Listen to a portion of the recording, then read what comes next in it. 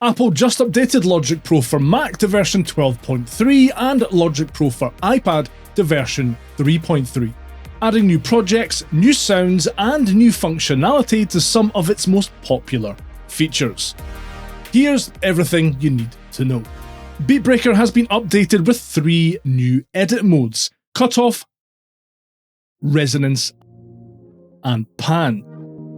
All edit mode buttons now have icons so you can identify them easier too. These all work in the same way as the existing parameters, and each has their own set of presets you can use to get a feel for what you can do with them.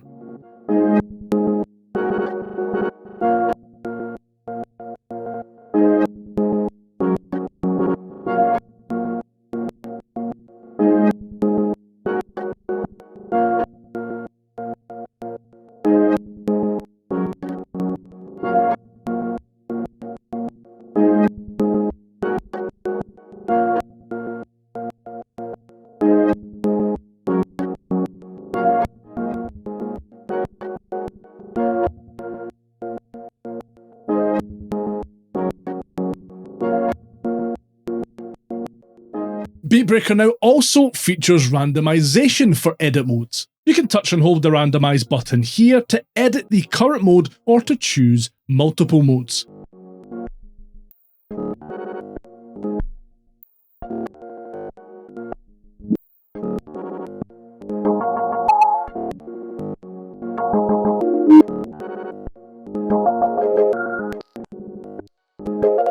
This is a great way to add a bit of weird and wonderful unpredictability to your Beatbreaker effects. Beatbreaker was already one of my favourite stock plugins in Logic Pro, and this update just makes it even better, which is nice.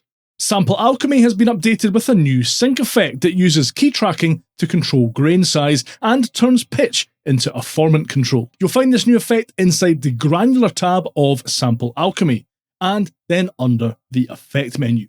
This will display the sync controls that you can then use to add a more unique spin to your sounds.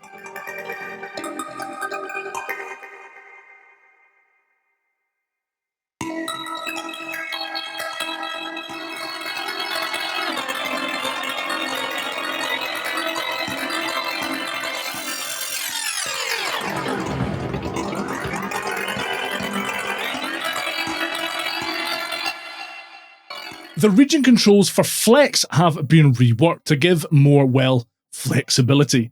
Select the region you want to work with, open the Inspector window, then choose any on option in the pop-up menu here when you want Smart Tempo to apply tempo info to the region, or just choose off if you want to manually edit your Flex markers. Chord ID now has improved detection for both single instruments and full mixes. And it also includes chord extensions now and added notes. Also, if the cycle area is active when you drag a region to the chord track, only the chord track below the cycle region will be added, which is another nice quality of life change. Finally, the Kehlani Shoulda Never demo project and the Granular Alchemy synth pack have also been added to both versions of Logic Pro. I have a whole separate video exploring these new sound library additions. You'll find a link to that down below, along with a link to the full Logic Pro patch notes for each version.